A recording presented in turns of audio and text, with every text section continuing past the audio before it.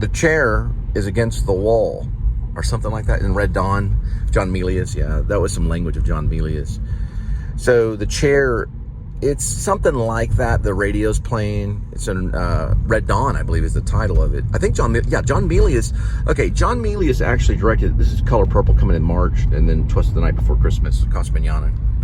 As a quick commercial for Casa Mañana. Now, John Milius directed it, and I believe he wrote it. And guess who the director? John Milius was the director. Guess who the editor was? It was Tom Noble. Yeah, Tom Noble. I've hung out in his living room. I seen the Oscar that he won for Witness. He worked with Harrison Ford about the Amish and the detective thing, the corrupt cops and all that stuff. Like, who you gonna shoot now? You know, remember that scene when Harrison Ford's backed up? He's like, who you gonna kill? You gonna kill the kid? You gonna kill me? You gonna kill her? You know, I forgot the guy that played opposite of Harrison Ford on that. But I think Diane knew a lot about Witness. It was something that she would know about. And she would know about Tom Noble because she was basically living, and yeah, she was living in Tom Noble's house when I was learning Stella Adler stuff. Well, Diane Salinger stuff, yeah. Which she studied with Stella Adler, the famous one. But yeah, so John Milius, who probably would have a little bit of trouble with a script. I don't know. He might still do a script. He writes on a chalkboard. There was something that I was just talking about the other day with John Milius. I heard it either on YouTube or something, and it was about either Apocalypse Now. I think he had gone in. He said when he was talking with Francis Ford Coppola when they were doing Apocalypse Now, and there was something on the set. It was taking like 2 years or something, and he wanted to go in to talk to him about something. He said that it felt like going in and talking to some great war chief, or some general, telling him that I think he was saying it was like basically going up to one of the German leaders in the World War II or something, and like telling them that they were out of gas and they weren't able to finish or something. He made a joke in the documentary Hearts of Darkness, but it was like, I want to watch that again. I might watch that again. I got the triple feature. I put on Apocalypse Now, and I tried to get through it. I was so tired, I think I fell asleep. But it is good. It's one that keeps you awake. Hearts of Darkness is probably better. That's his wife. Man, I just looked up her name the other day. I always call her Mrs. Coppola. Dang it. Yeah, I know. Every time I come across it, I'd have to insert. I don't do insert like the dossier people. I just let it hang. But there's another. Sophia is his daughter. Sophia's a genius. She's done everything. She worked with Bill Murray and Lost in Translation and everything. But his wife, who's actually she actually did a great narrative that my second wife and I saw at the theaters. That was about Alec Baldwin taking this wife out on the run, or out on, it was about a filmmaker. I think he was a filmmaker or a well-known person, and he has to get his wife across this French town. I think it was French. I want to say it was French. It was like a French town. And Alec Baldwin, I'm pretty sure it was Alec Baldwin, played I think either I don't know if it was Alec Baldwin that was her husband. Anyway, I can't even think of the movie star, the female actress that was in it. For some reason, I cannot think of her name. Matter of fact, I'm going blank on the whole thing, but they go across Paris and they're eating wine and cheese. Very Francis Ford Coppola. But it was his wife that directed it, whatever her name is. I cannot think of it. But Mrs. Coppola. I'll just say Mrs. Coppola. And she directed it. And I saw it, and it was good. It had still photos. You're watching, all of a sudden these still photos would come up. It was a really good one if you were interested in going to Paris or to go across. It might have been Italy. I think it was Paris. Not Paris. No, it was a countryside of France. I'm pretty sure it was a countryside of France. They were eating wine and cheese, and he had to get the female character, which was a wife, safely to the destination. And I know that the guy that was the husband had like sunglasses on. I know Alec Baldwin's part of it. I know he was part of it. And I want to say it might be the main dude. I don't know if he played the other guy. meaning the husband guy. I don't know if he played which one he played. It's not really, she doesn't really like cuckold or anything like that. It's not that kind of thing. But she gets romance kind of by him. It's like a romance kind of movie. Francis Ford Coppola probably secretly helped her with it.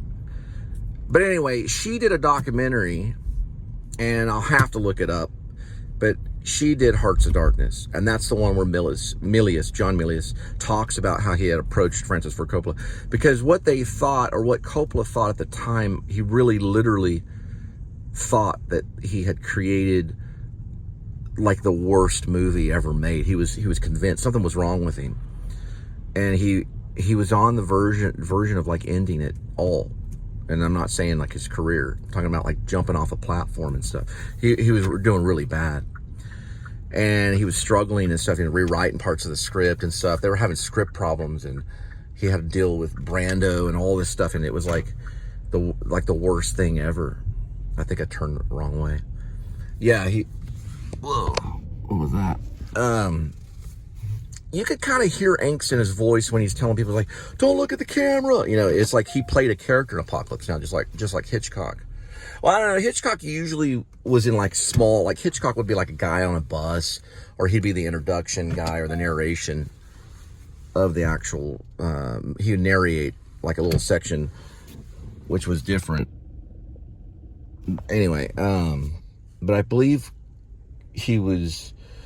I don't think it was a put on. I think he literally was in like deep clinical, nearly depression. He was trying to keep himself going. Even went out in a hurricane. I think that might have been an attempt. There was a hurricane or a typhoon or something really dangerous. They're saying don't go out. And he was out there like, you know, in a trench trying to probably get hit by something, you know, flying objects. And he was in like actually he was in a raincoat, and they got photos of him, or video, or no, I don't know if it was video. You know what? I got to find out with Mrs. Coppola. I think that was a film camera, like 8mm or something. It was like a camera that she had and she was like filming Dennis Hopper going, you know, like talking to him, and he was like directing Hopper, and like, you know, and you can see it all happening. There was one of the lines where Hopper says, man, you don't understand this guy, man. Like, you know, he like knows, man, like Kurt's knows, man. You can't land on the moon with a fraction, all that, the stuff he was like talking about, him getting through that, because a lot of that, all that was improv. There were like little scenes that were improv at the end, and they all threw it together. It's like brilliant stuff. I have no idea where this is. Yeah, her name was Eleanor Coppola, and she has recently passed, so I probably shouldn't talk about that. But Hearts of Darkness is good. I'm going to watch it, and I want to find out that other film that she made with Alec Baldwin. It was called Paris Can Wait, and it was a 2016-ish, I'll say 2016-ish film with Diane Lane and Alec Baldwin. Yeah, it's really cool. It's got like still photos. It's done it's Eleanor Coppola. Yeah, I thought it was great. I took my second wife to it. We actually went there and saw it and everything, and we would go to the movies a little bit.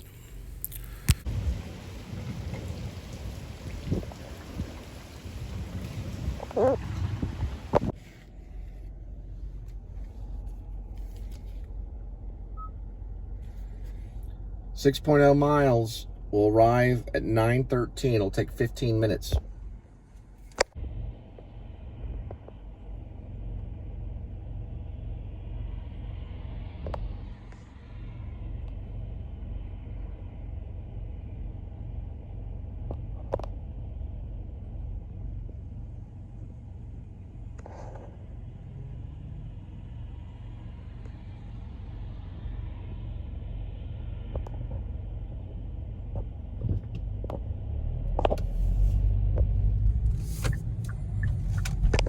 I like what Jeff Tweedy says in Sunken Treasure DVD.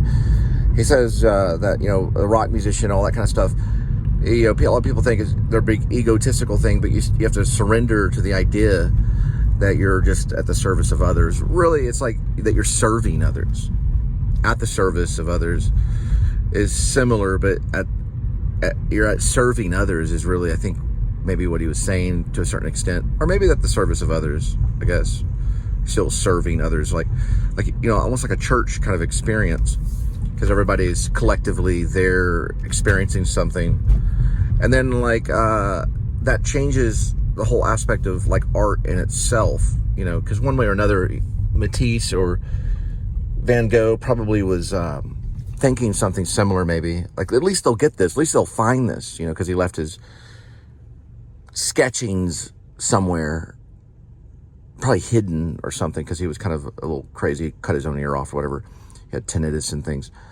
But he was hoping, like, at least they'll find this, you know. And like Adam the Woo, he talks about how a long time ago he would just send these videos out. They weren't like major advertisement, and just hoping that someone would find it, you know. And that, you know, this is like serving food to somebody. They also call it foodage rather than footage, or his group does out in Florida. And it's you're hoping that, okay, they'll get it, you know. Somewhere down the line, you know, they'll get it. And then a musician probably has the same idea, because when he was playing, before they inserted that little dialogue of him being interviewed, he was playing a song, and he gets into the whole Kingdom song that he sings. And then he's talking, and he's singing, and the lady goes, "This is crazy." And he's in the middle of singing, he stops, acknowledges her, and he says, "Yes, it is, and thank you." And everyone laughs, because it was kind of a heckler. Bob Dylan went through a little bit of that, You know, they called him Judas and stuff like that. And he was, "I don't believe you." It was approached a different way back in the day. You know, the thing about Tweedy is he's extremely technically gifted. And the guitar, he's like Jimi Hendrix on the guitar. And so is Billy Corgan. They're both amazing vocalists. And his vocals are the reason why he's pretty much famous. Yeah, his vocals are. Let's see something. But Woody Guthrie probably was coming up with stuff immediately because of how Woody Guthrie was. He's done a Woody Guthrie cover. He knows this stuff. They're all envious of John Lennon. Yeah, because Lennon was like sincere, extremely sincere, and also, you know, the king of the Beatles kind of thing, and the whole Beatle movement. I have no idea on these. I'm just gonna call them. At least I can read that right there. Yeah, I can. Okay, cool. Then I know. Yeah. So anyways, yeah. So Lennon represented something about America, even though he was English, and also about vocal recordings.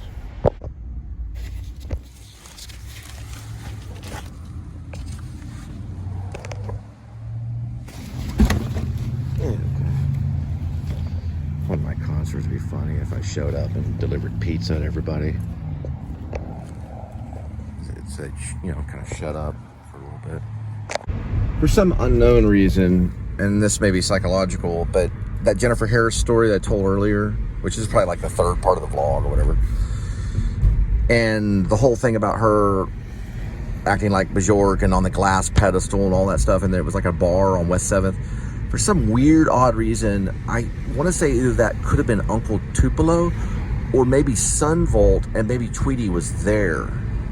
Because for one thing, when I walked in, I remember feeling like really kind of embarrassed. And that might have been for Jennifer Harris. She was kind of like our music teacher. See, I was supposed to be in a band. It was supposed to be Kurt, me. Well, it's supposed to be at least Kurt, probably vocals. I was supposed to be kind of like the guitar player, maybe possibly solo one day, like the lead guitar player. I was starting off rhythm, and that may have been my fault. And then, of course, Teagarden, who was going to be on drums. And then we probably had that dude with the black hair. He was probably going to be bass. I'm trying to think that dude's name. He had jet black hair. So crazy, I can't remember his name. I ran into him one time doing door-to-door selling direct energy. Jeremy, yeah, his name was Jeremy. Yeah, we were all basically almost kind of like male we were all rogue guys, and so we had a few rehearsals. I think Jeremy was somewhere around. We all dropped acid and listened to the Doors at Teagarden's place. Teagarden's dad was like a great Spanish style acoustic guitar player. Teagarden had he ended up having kids and stuff. had like this motorcycle. Like he eventually had got his own motorcycle. He was the drummer, and boy, he was an a-hole, like all drummers are. Just like how the drummers always are a-holes. Yeah, Eric was a butthole. That was Eric Rutledge. He was kind of a butthole. The other drummer, and Eric didn't know them, but that was on a different side of town. I was supposed to be in probably a rock and roll band. Eric was one. The other one was T-Garden, was a big time butthole. He'd sit there and cut you down in his kitchen.